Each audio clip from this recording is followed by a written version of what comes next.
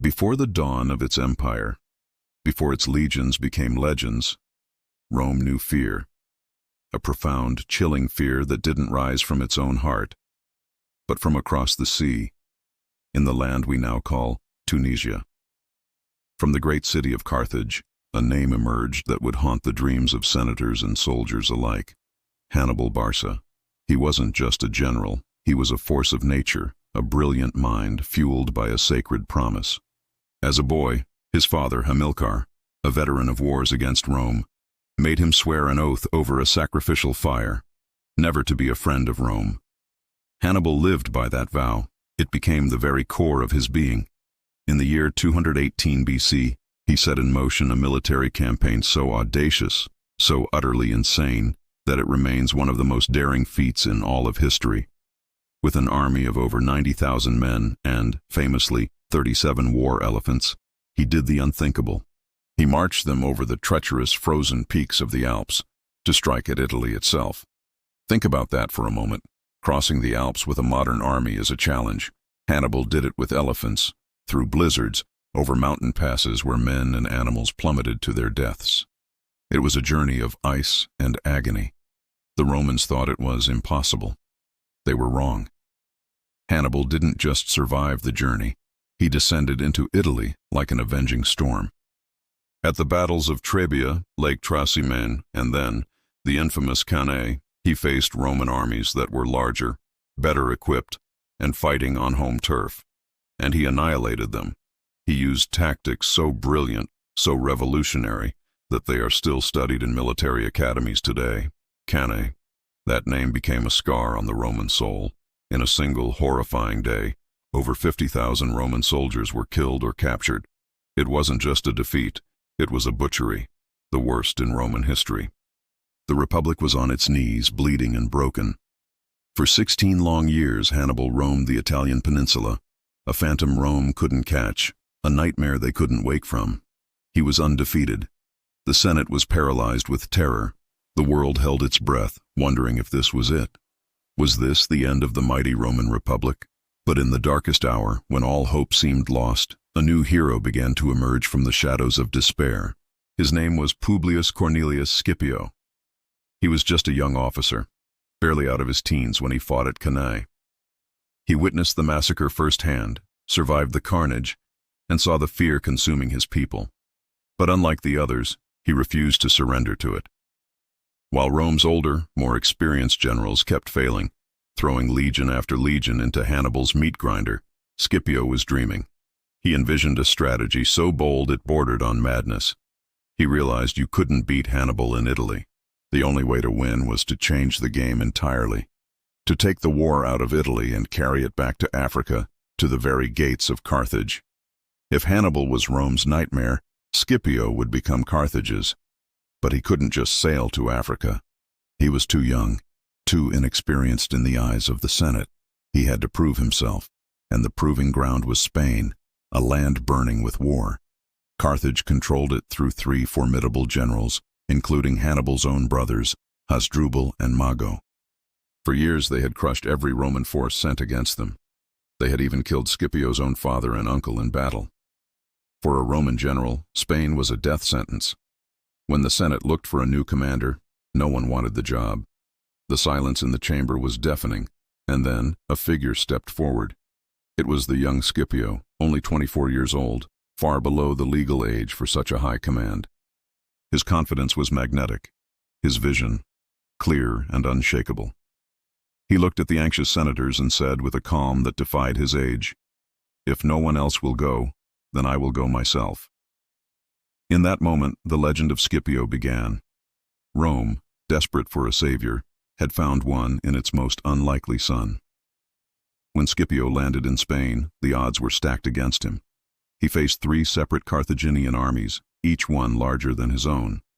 A conventional general would have been cautious, defensive, but Scipio knew that war wasn't just a clash of swords. It was a battle of minds.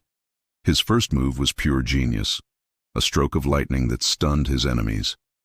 He didn't march to meet their armies in the field. Instead, he launched a surprise attack on their capital, the wealthy port city of New Carthage. He marched his men under the cover of darkness, arriving at the city as the sun rose. While his main force staged a diversion at the front gates, Scipio had discovered a secret.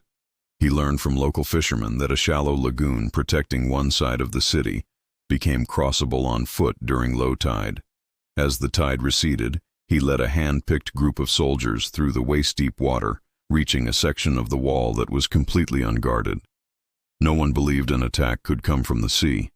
They scaled the walls, opened the gates from within, and by midday, the city had fallen. In a single, brilliant move, Scipio captured Carthage's treasury, its weapons depots, and most importantly, thousands of Spanish hostages. And what he did next revealed the true measure of the man. Instead of enslaving the hostages, as was the custom, he freed them. He treated the city's inhabitants with respect and mercy. This wasn't just a military victory, it was a political one. He won the loyalty of the Spanish tribes, who began to flock to his side. He combined ruthless discipline with surprising compassion, a combination that made his soldiers love him and his enemies fear him. In the battles that followed, at Baecula and Ilipa, Scipio continued to outwit his opponents. He used feints, rapid maneuvers, and revolutionary tactics to sow confusion and shatter the Carthaginian formations. By 206 BC, in just a few short years, Spain belonged to Rome. The power base that had fueled Hannibal's war for over a decade was gone. Rome celebrated, but Scipio wasn't finished. His eyes were on the true prize. He knew that as long as Hannibal remained in Italy, the war would never truly be over. He returned to Rome a hero and proposed his ultimate plan: invade Africa. The Senate was horrified. The memory of Cannae was still a raw, open wound. They feared sending their last best army across the sea, leaving Italy vulnerable. It was too risky, but Scipio's conviction was unyielding. He argued that the only way to force Hannibal out of Italy was to threaten his home. It was the only way to achieve a lasting peace. Eventually, they gave in. Scipio was granted his army. He gathered veterans hardened by years of war and new recruits inspired by his legend. Among them were the disgraced survivors of Cannae, men eager for a chance to redeem their honor under a commander who believed in them. As his fleet prepared to set sail from Sicily, Scipio made a promise to his men and to all of Rome. "We will not stop," he declared, "until the walls of Carthage tremble before us." The stage was set for the final act of this epic drama. The two greatest generals of their age, born of rival civilizations, were on a collision course.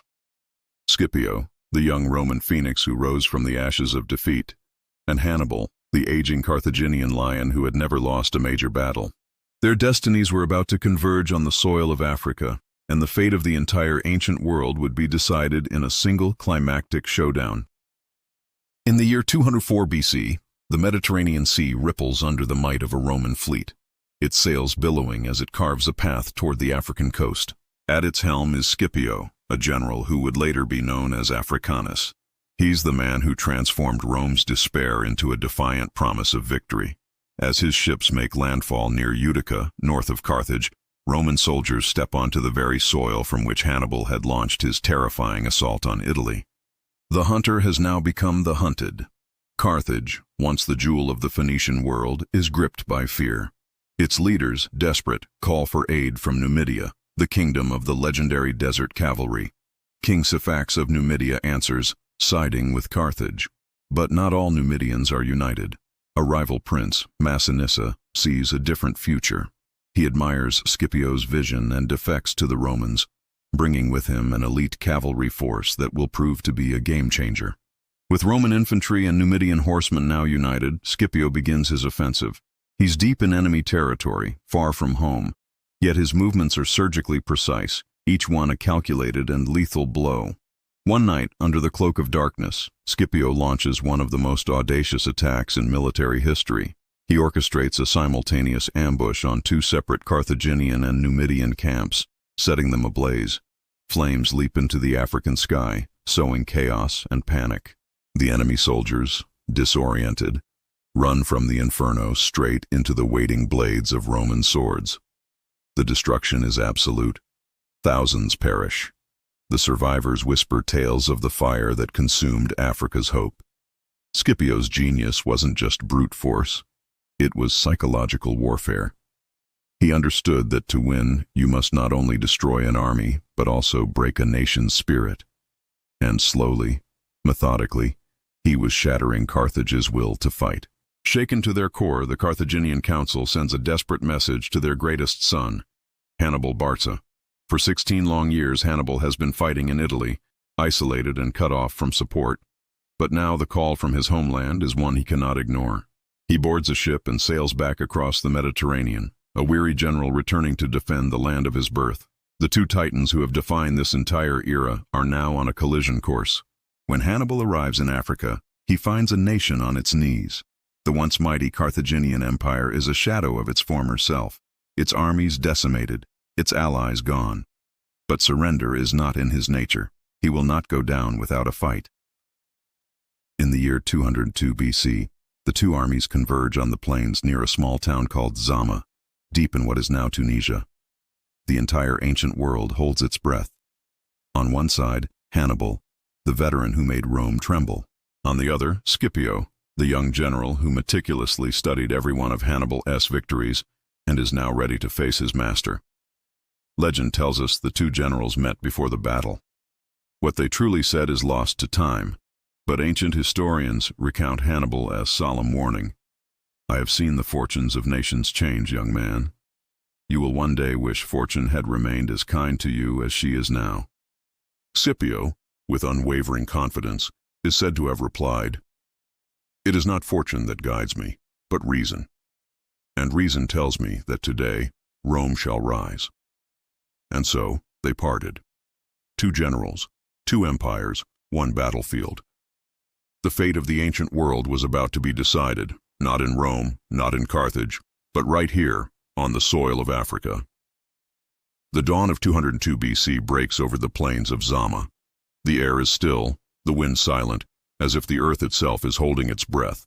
Hannibal Barca, a veteran of countless victories, stands with his Carthaginian army, battle-hardened men who followed him across mountains and empires. Facing him is his most brilliant student, Publius Cornelius Scipio, the man who will earn the name Africanus, leading the disciplined might of Rome. Teacher versus student, Carthage versus Rome. The battle erupts with a thunderous roar. Hannibal unleashes his war elephants, dozens of massive armored beasts charging through the desert dust toward the Roman lines. But Scipio is prepared. He has spent years studying Hannibal's tactics. Instead of forming a solid wall, he orders his men to open channels between their ranks. The elephants, expecting to crush the infantry, storm through these corridors, becoming confused and isolated. Roman javelins rain down on them from all sides.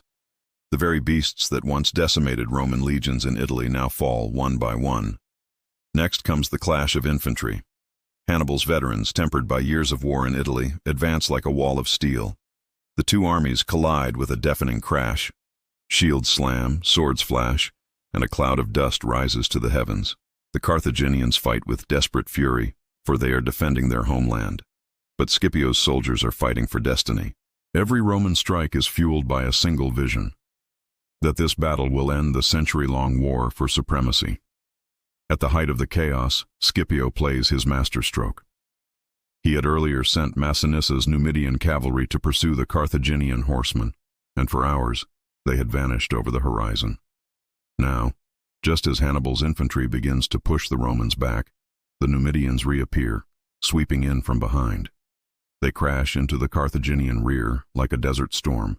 Hannibal's army is trapped, surrounded on all sides. The field of Zama becomes a scene of slaughter. By sunset, Hannibal's legendary army lies shattered. The man who had once brought Rome to its knees is forced to flee for his life. Defeated on its own soil, Carthage surrenders. The terms are crushing. They must give up their fleet, pay a ruinous tribute, and swear never again to wage war without Rome's permission. The Second Punic War is over. Rome has not only avenged its losses, it has conquered an empire. When Scipio returns to Rome, he is hailed as a living legend. The Senate bestows upon him a new name, Africanus, in honor of his triumph on African soil. He achieved what no Roman before him could, He took the war to Africa, defeated Carthage, and rewrote history. From that day forward, Rome was no longer just a republic. It was an empire in spirit, its influence expanding across the Mediterranean, reaching into Africa, Asia, and Europe. The Battle of Zama wasn't merely a military victory, it was a turning point for civilization. It marked the moment Rome ascended and Carthage began its fade into history. It also immortalized the genius of two men, Hannibal, the master of war, and Scipio, the student who surpassed him. Centuries later, we still speak their names with awe, for it was on African soil, under the hot sun of Zama, that the fate of the ancient world was sealed. Rome would go on to build roads, laws, and empires. Carthage would be utterly destroyed a century later, its ashes scattered by Roman hands. But the story of that war, the African war that made Rome an empire, would live forever. Empires rise and fall, but their roots often lie in distant lands. For Rome, the seed of its greatness was not sown in Italy, but in the red sands of Africa. Thank you so much for joining me on this journey back in time. If you enjoyed this story, please hit that like button and subscribe for more epic tales from history. See you next time.